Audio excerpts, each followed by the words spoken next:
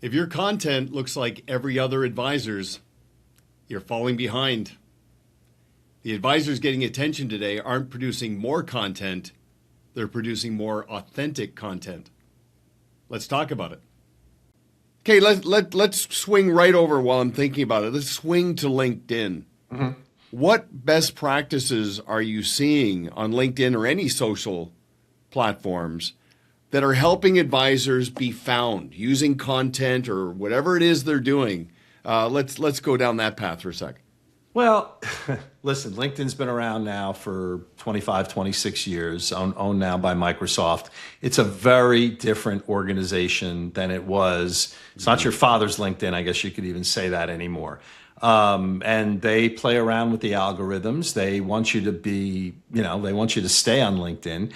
And if you aren't aware, first of all, of the new rules of the road, you're in trouble, all right? I think for most advisors, I tell them to think of LinkedIn as a networking event, not social media.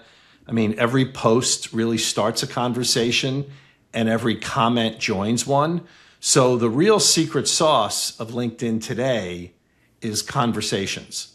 So it matters so much more that you're getting into those conversations. You're putting comments with the people that you are interested in working with, the people you're already working with great thought leaders that are out there. Those conversations are going to push you. And comments are actually one of the highest ROI activities right now. And I tell advisors they need to spend at least a few minutes every day engaging with your clients and your prospects and your centers of influence and really build this visibility. Because it's not just building visibility, it's building trust without sometimes creating new content. I mean, listen, I love creating content, and I'm putting out something really cool about America 250 later this week, and I love doing that. And I love seeing advisors do that. But, at the end of the day, I'm not really auditioning for a movie here. I mean, I'm trying to develop relationships. And part of that is by spending time really on quality more than quantity. The authentic side of it, I think, makes a lot bigger difference. And advisors fall into the same trap as so many people of avoiding, this generic content. Talk about the personal lessons, experiences. I mean, listen, my largest posts when it comes to impressions, when it comes to business opportunities. Honestly, my mom brought me a tremendous amount of business. I miss her for so many reasons, but in her 90s was had an incredible run, and I shared it with many people where she was dancing on stage with Steve Van Zandt and Bruce Springsteen, and she became the face of J-Date. I mean, there's a whole thing I could go into that my mom in her 90s happened mostly because of things that I was involved in and she turned on to. But I brought her along for the ride on social media. And I said this on a show in 2013. At that point, I said that honestly, my largest referral base was Bruce Springsteen. I mean, I've been to over 300 concerts over 50 years. I'm quite passionate about the music and the man. But I developed this incredible network. I had podcasts on Springsteen, and I got very involved. And I met so many people over the years. In fact, I got to know the band very well. I got to do business with the band. I mean, just all these things that I would have never dreamt happened.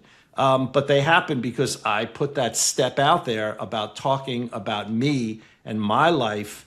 And I wasn't surprised to see those impressions. And even in the last year, probably my biggest post came on Veterans Day, when everybody does the same thing. And I'm not going to call out my firm because everybody does this. They'll give you ideas of a post, and it's a PDF or it's a picture or something, and then you find 50,000 people sharing the same thing, and nobody opens a PDF. I mean, come on, and no one's reading. You trying to be Hemingway. I mean, no one's really taking time.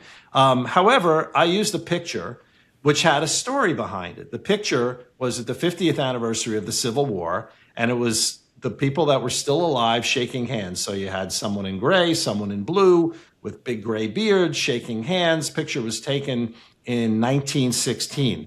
The interesting interesting thing to me is my grandfather at 16 years old was an apprentice to the photographer.